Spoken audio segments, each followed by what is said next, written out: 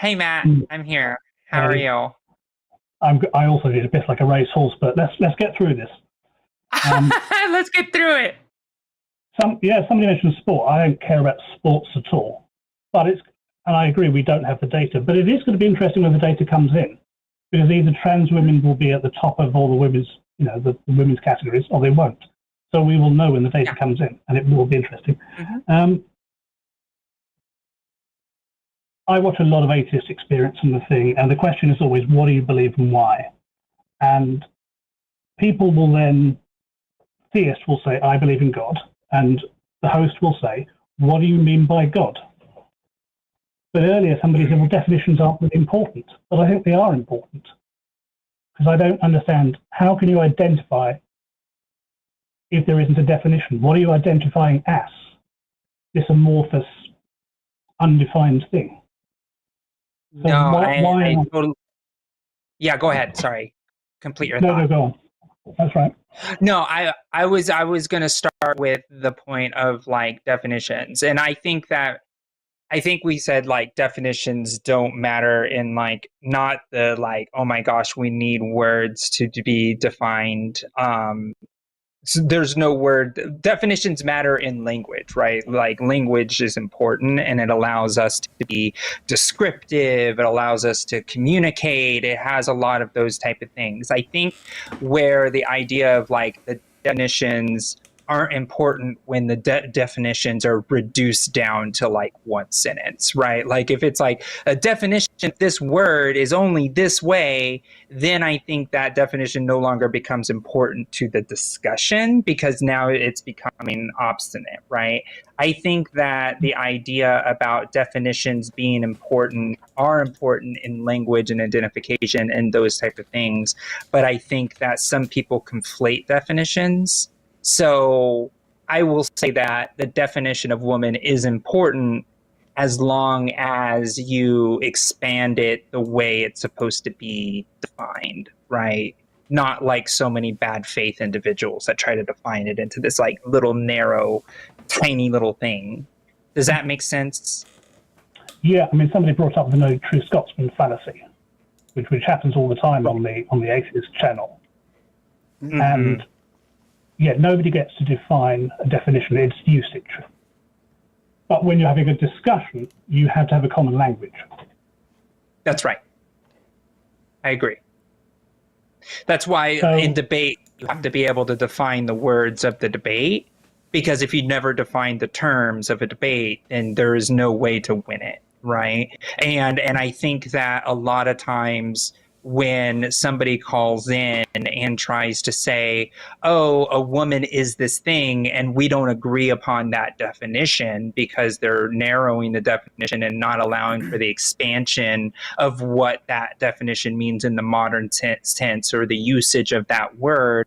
I think we get lost in the definitions, and then the definition no longer becomes it's important, but it's not. We get lost in the definition instead of the topic. So that I think that's where it is. And Arden, to catch you up, Matt is speaking about when you said earlier in a conversation that definitions aren't important. Sure.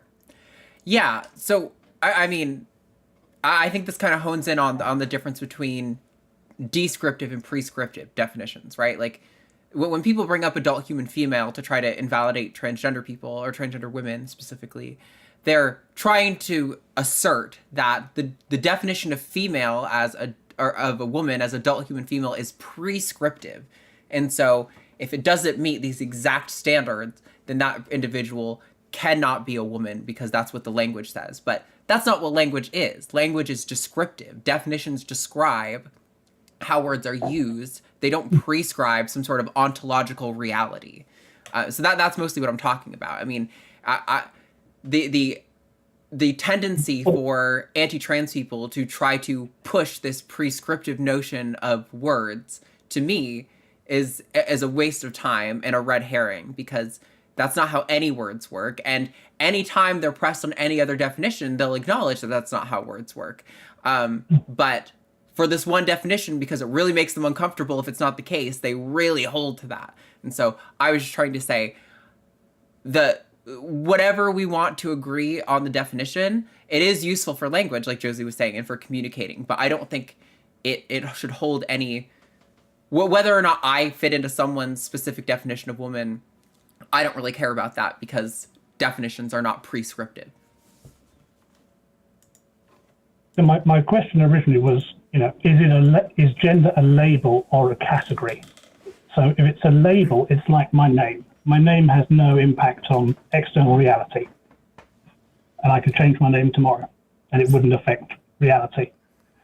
But a category is something that has a given number of attributes and either fits into a category because it has those attributes, or it doesn't fit into that category because it doesn't have the attributes. So if gender is a category rather than a label, what are the necessary attributes for it? So I push back a little because I don't think when it comes to the category, when it comes to gender, right, I think it can be both a label and a category where like we can label, you can identify with a certain gender, but we're also talking about a certain category. I would say that this kind of sounds like you're touching on the notion of gender identity, which I would say is like a psychological construct. I've often used the phrase a durable psychological construct. It is a model in your head that is relatively stable over time, much like handedness and personality, that doesn't have any actual, we do not have the capacity yet to point to the brain and go, this is where the gender is. But as a like methodological naturalist, I assume that there is some physical natural point at where, or some sequence of neuron firing that essentially amounts to what your perception of your own gender identity is. But it's difficult to quantify that in a way that makes most people feel comfy. Because it's kind of like, well, what gives me my sense of gender identity? I don't know. Much like the same reason that I don't know why I prefer vanilla ice cream over chocolate. It is just a fact that I can observe about my own internal state. So Yeah. And So is gender qualia then? Is gender entirely subjective? Or is there any objective component? I would push back on the notion of qualia. I don't necessarily think it's qualia, because qualia is kind of this like dualistic element to experiences that I don't really buy into. But for the purposes of argument, I think qualia is, or gender is essentially, gender identity anyway, is essentially your perception of your experience. So I think, maybe the necessary category or the necessary attribute of gender as a category would be the existence of this gender identity. But the only person who has access to that information is the individual themselves, which is why it kind of gets used as a label, because the only way I know what your gender identity is if you tell me. We don't have the capacity to open up your brain and see gender identity yet, right? So, right. Yeah. And I also want to add to Matt about I tend to use gender as a categorical model a lot. Right. I use it in a lot of my argumentation, especially with the example of a black woman, a blonde woman, a cis woman and a trans woman are all types of women. And that woman would be a category within gender. Right. There's like different things. So like inside of gender, there are different categories that I like to look at societally. Right. Now, what I understand your question about, well, if it is a category, then what is the parameters that fit things into that category? And yeah, a lot of times we can figure it out through societal understanding of what feminine presentation is. And, sometimes it's easy like that, but sometimes it's a fucking platypus, right? And it's like, wait a minute, mammals are supposed to have fur. Okay, great. But are mammals supposed to lay eggs? Wait, what about a bill? Does that make it a bird now? There's always going to be limitations, even when you try to create the parameters of a category. So because we are human and we have sentience, we have the ability to kind of fill in those gaps by just asking the person, right? We can't ask a platypus, hey, platypus, are you a mammal? Or are you a bird? Or are you some kind of fish hybrid? What are you, right? And the platypus can't be, because we have to apply that onto the platypus as humans, because the platypus isn't going to be able to use human language to be able to tell us what it is. But luckily for us, a person says, I'm a woman, they can say, hey, I'm a woman, and then therefore they fall into that category, because I would say one of the categorical things that helps you understand who is in the category of woman is probably just asking them. And then once they say they're a woman, it kind of like hits that parameter that makes them a part of the woman category.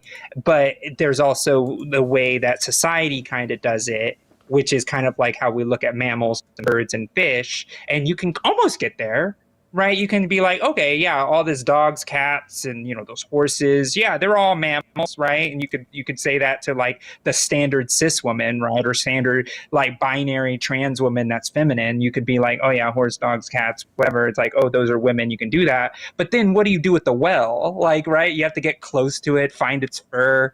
Like, you know what I mean? And it's like, it's easier for us as humans to be able to talk to each other, because that's the fastest way to be able to put ourselves into those categories, because humans tend to like to put things into categories, including ourselves, which is very interesting. It's just kind of like a human condition. Does that make sense, Matt?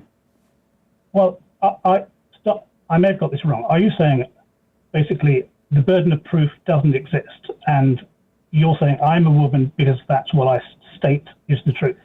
Because I wouldn't accept that from a religious person. So I don't think... It's not that there is no burden of proof. It's that gender as a subjective experience, gender identity, the only person who can know that is that individual from that subjective experience. Could they be lying when they say they're a woman? Yeah, of course. I mean, just like if you meet someone on the bus and they say they're a teacher, they could be lying about that.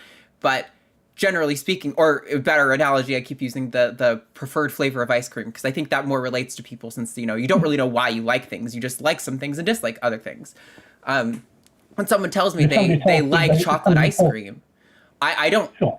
They could be lying, right? Of course, but there's no reason for me to doubt that until there's actually good evidence to see that they are lying about that. Yeah, and also, Matt, just to deconflate some things, right? Somebody's gender identity of what themselves are is not a faith-based claim, right? Because that's the difference between somebody who says, no, there's a God, that's a faith-based claim, versus somebody who is saying, no, myself, the person that I am, and here standing in front of you, I am a woman, right? It's not a faith-based claim. Neither are demonstrating it to be true. Well, so it is faith-based unless there's a demonstration of truth. I would push back on that. If you hold to that exact same thing for when people say what their favorite flavor of ice cream is, then sure. Favorite flavor of ice cream is also a faith-based claim. But if you accept people's report of their internal experience on anything else, you pretty much are putting yourself in a position where you're special pleading about that they don't actually have access to their awareness of their internal state with regard to gender, which seems to obviously be the case. I think we have lots of data that shows that children are aware of their sense of gender from like a very young age, and that certain treatments based on those sorts of indicators are actually very reliable. We have pretty solid deductive models based on the presumption of this sort of like gender identity construct, because that's what people are reporting, and we can build models around it. But like, sure, in as much as you can't know that anyone is being honest about anything of their internal state that they're reporting to you, yeah, you can't know about someone's gender. But you would catch yourself in such a ridiculous web of like being skeptical about everything that people say about themselves if you follow that to its logical conclusion, right? So I'm not telling you have to accept my gender identity. I'm telling you my perception of my internal state, which seems to be, like I said, we can build pretty strong scientific models around the reliability of treatments based on people's awareness of this internal state, is X. If you don't think that I'm being honest about that, you don't have to. You don't have to think that anyone's being honest about anything, but it's not the same as a religious claim, right? That's a completely different thing. There's no models you can build around God or prayer. I don't think either are testable claims. Because if somebody says, I've got a soul, or I believe Jesus in my heart, they're all internal claims that can't be demonstrated to be true. Right, but the difference is we can build there's no model. Right, we can build accurately predictive treatment models based on someone's report of their internal state of gender, just like we can build accurate predictive models of treatment with regard to people's internal state of depression or pain or what ice cream they like or who they love. We can guess what parts of their brain region will light up under an MRI based on who they say they love. But no, wait, hold on. But you can't do that. You can't do that with Jesus. There's no model that you can build that would accurately predict anything other than like people's perception of Jesus, not the existence of Jesus. But I can put a religious person in the same MRI machine and go, they believe God exists. The difference is that the trans people actually exist, gender identity actually exists, while we don't have produced. What was that? I have to take your word for that, though. Well, no, you're not into the world. Yeah. No, because they're trans people, but you would have to deny the reality of trans people altogether to believe that. Does that make sense? It's not just taking our word for it, Matt. We have very complex models. Matt, we have very complex models that, like, the majority of medical associations within the U.S. have accepted, like, oh yeah, when somebody says they're trans, if they're still saying they're trans by this point in time from the first time they say it, we can know that they're going to benefit from this treatment massively. And cis people who we put through this treatment endure significant harm for it, right? So you're not just taking our word for it that you exist.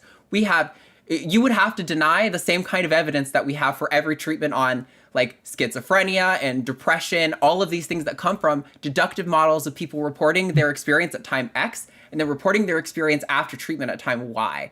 Like, those are things that we've used to deduct, and obviously they're going to be incomplete models because we don't have access to the set of neurons that is depression in your brain, right? We don't know exactly what that is, and there's actually reason to believe it's different for every person.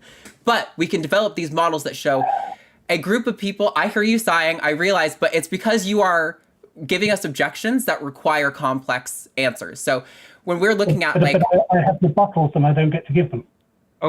Well, okay, Matt. Yeah, but it's because we will let you talk in a second. It's because the objections you're launching require lengthy explanations, and I'm sorry that's frustrating to you, but that's just the fact of the conversation. So, but you're trying to use the argument from personal experience, which I don't accept with theists. It's not an argument from personal experience. Holy fucking shit! How is that this difficult? It's deductive reasoning. Yeah. The same reason. So wait, hold on. Do you not accept that, like, people who are depressed are really depressed, even though we have complex models based on their self-report, and that consistent forms of self-report show that certain treatments benefit the people who have this? Like, do you not accept that population exists? I do, but I can't prove it. If I say I'm depressed, you can't prove that. Okay, so are you thinking that proof in science has to be absolute? Because that's not how proof works in any science. I'm saying you are not as skeptical about this claim as you are on the Atheist channel. I am perfectly skeptical about people's gender claims. I literally talked about earlier, somebody called in and they were saying that they were trans, but there was actually good reason to believe they're lying. I'm perfectly skeptical about the notion that somebody could be lying about gender claims and that you are accepting a claim of personal experience. The difference is, this is a group of people we have good reason to believe from lots of bodies of evidence, from different kinds of evidence, that this group of people exists and that they benefit from treatment. Why? We have strong predictive models of treatment for this group of people because they are so consistent, better than we have for many other treatment models of medications where we have, like, actual blood tests that can diagnose them. So this is a strong reason to believe that this group of people exists. Is it absolute? No. But to say that it is the same as a faith claim is patently absurd. It is not just their personal experience. It's personal experience when you're accepting an individual trans person day to day. But when you're accepting the model of trans people existing as a whole in society, this is demonstrable with lots of evidence. I accept the religious people exist in society. So Matt, but I don't. That's not the fucking same thing, Matt. When religious people say, no, shut the fuck up, shut the fuck up. I'm going to mute you if you don't stop talking. When religious people say that God exists, they're talking about, shut up. When religious people say that God exists, they're talking about something external to themselves that exists That's in why I asked at the reality. beginning of the Matt, talk whether shut it the was- fuck up. I'm muting you because you don't know how to stop talking. When religious people say that God exists, they're talking about something external to themselves. They're making a claim about ontology. They're making a claim about reality, right? They're saying this entity, this agent exists in reality. We have no evidence to see that exists. When trans people say, I have gender X, we have lots of evidence to suggest that people have gender identities. That is not the same thing at all. You are making a false equivocation. I want to say something. So Matt, you say something and then I want to say something. But go ahead, Matt. You're off mute. You've had 95% of the talking. Why don't you just have the rest of it? All right, goodbye. And you Matt, want to I wanna cry talk- like a little whiny ass bitch? Get it gone. It's like I'm gonna like okay, fine. You can listen to me this way. The difference is that trans people actually have to go through a massive amount of scrutiny just to exist in the world right now. A lot of times we need psychologists to tell us that we're okay to be who we are. We've been diagnosed with DSM-4 saying we have mental disorders.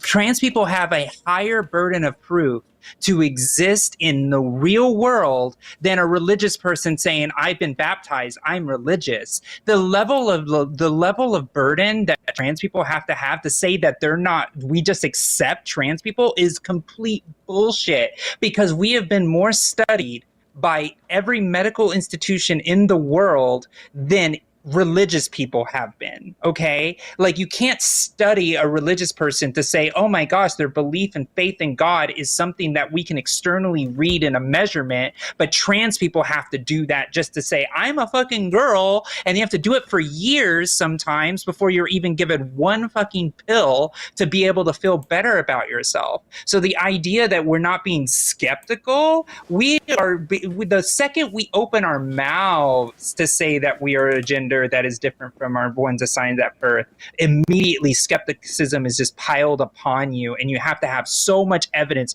so much burden of proof. You know how many people I've had to say, well, you know, if you're a trans woman, when did you start feeling that? Did you feel that at a young age? If you didn't, then therefore you're not really trans, are you? There is so many questions that's thrown at you from the claim that you're trans than any other claim I've ever had in my life, even more than my veganism, more than my bisexuality, more than anything else in my entire existence, and my question about my transness than anything else. Yeah, it's what bothers me is it's one thing to be like, oh, well, I don't have access to your mind, so how do I know that any claim about your personal experience is legit? That is totally fair, but then you are forced necessarily to start questioning everything that somebody claims about themselves. What color they like? Did they really like that movie? Are they really in pain right now? You are forced to question people's internal experience about everything, but that's not what Matt's doing. Even after pointing out how we have these complex models that actually show that the population of trans people absolutely exists and that we can even predict how successful treatment is going to be, he still wants to pretend that it's the same thing as a religious claim. It's obviously not. If that's true, then you have to necessarily think that to be hungry or to think that something's funny or to be in a good mood is also a religious claim. And we know that's stupid because we know that people like food. We know that people like movies. We know that people get hungry. We know that people get sad. And we know that all of these other things can relate to that and can help alleviate that or can make you have, you know, nice brain stuff. The fact that a Christian, when they're praying to God, might have some chemicals in their brain is not the same thing as what I'm talking about with gender existing within the brain. Yeah, and it's like observation over time, you'll be able to know. If somebody's saying that I'm gay, I'm gay, I'm gay, and they're not really gay, and then they go to a gay bar and somebody hits on them and they've never had any gay experience. What, like, it's like eventually it's going to come out. Like, you know, it's like the whole reality of how we exist is so demonstrated. And the fact of the matter is, like, could you imagine if it was therapeutic where, like, you go see a psychiatrist and then they say, oh, I think I'm actually, you know, trans. I don't, and the psychiatrist is like, prove it. Like, what? Yeah. Like that would be so disingenuous. It would be so effed up. And that would be akin to a form of like it's like, no, you don't need to prove that you're trans. The fact that you're saying you're trans is already such a level of difference between a cis person, because a cis person doesn't say they're trans, right? Yeah. It just doesn't happen likely. It's the same as when you're talking about talking to a psychiatrist. When I go to a psychiatrist and I say I'm feeling depressed, they don't say prove it. You know, you might have to take a test battery, but you could lie on the test. You could be lying to try to access drugs. Not like depression drugs get you high, but you could do that if you wanted to. But the reality is that when most people are saying, I'm depressed, I have a gender, I like this movie, we're talking about our external state. Or our internal state, I mean. And we just assume that people are being honest about their internal state most of the time. Could they be lying? Of course. But it doesn't mean it's a religious claim because they could be lying. You would necessarily, again, have to think that any claim about someone's internal state was similar to a religious claim at that point. And nobody obviously It doesn't make sense. That. It's like the church of gender. Like, it's like the religion of gender. Like, what? Like, the only thing I want to add doesn't make any sense. Is if you say things that are objectionable and not true, and I thoroughly point out the problem with it, and the only thing you have to respond to that is, well, I haven't gotten to talk enough, do not call my show. I'm not here to cater to your feelings. I'm not here to be your friend. I'm not here to be liked by the audience. I'm not here to be lauded as a nice, patient person. I'm here to talk about the facts. And if you don't like the facts and how they conflict with the claim that you're making, that gender is a religious claim, that's not my fucking problem. So either be ready to have the conversation or don't call. I'm not interested in catering to you don't get to talk enough. This isn't a platform for you to preach what you believe. This is a platform to have discussions about what the facts are surrounding trans issues. You said something untrue. I addressed it. It's not my problem if you don't like it. And also, Arden, the fact is he never addressed your claim about the internal sense of the external versus the internal and all of the proven fact. It's like immediately jumping to another point. It's like if you want to talk and actually have a debate and a conversation, address the point that is given. And if you're not, and you're just going to jump around and say that we are more skeptical about this than we are about this, that's no longer... You're no longer engaging with the point. It's like you're trying to say, but you do this over here and you do this over here. When we literally explained why. Right. Exactly. Like, listen to us. Just listen. And then you can actually have a discussion with us. Hello, I'm Jimmy Snow, executive producer of The Line, and I only became a woodworker for the puns. That's not important. If you would like to support this channel, you can do so on our Patreon or as a channel member, and you can actually support specific shows and specific hosts in special tiers on those. Check those options out. Also, you can leave a super thanks and get a little highlighted deal. But if all else fails, you can always you can subscribe and leave a comment. Now, here are some suggestions because I don't care about the algorithm. I am the algorithm. Bye.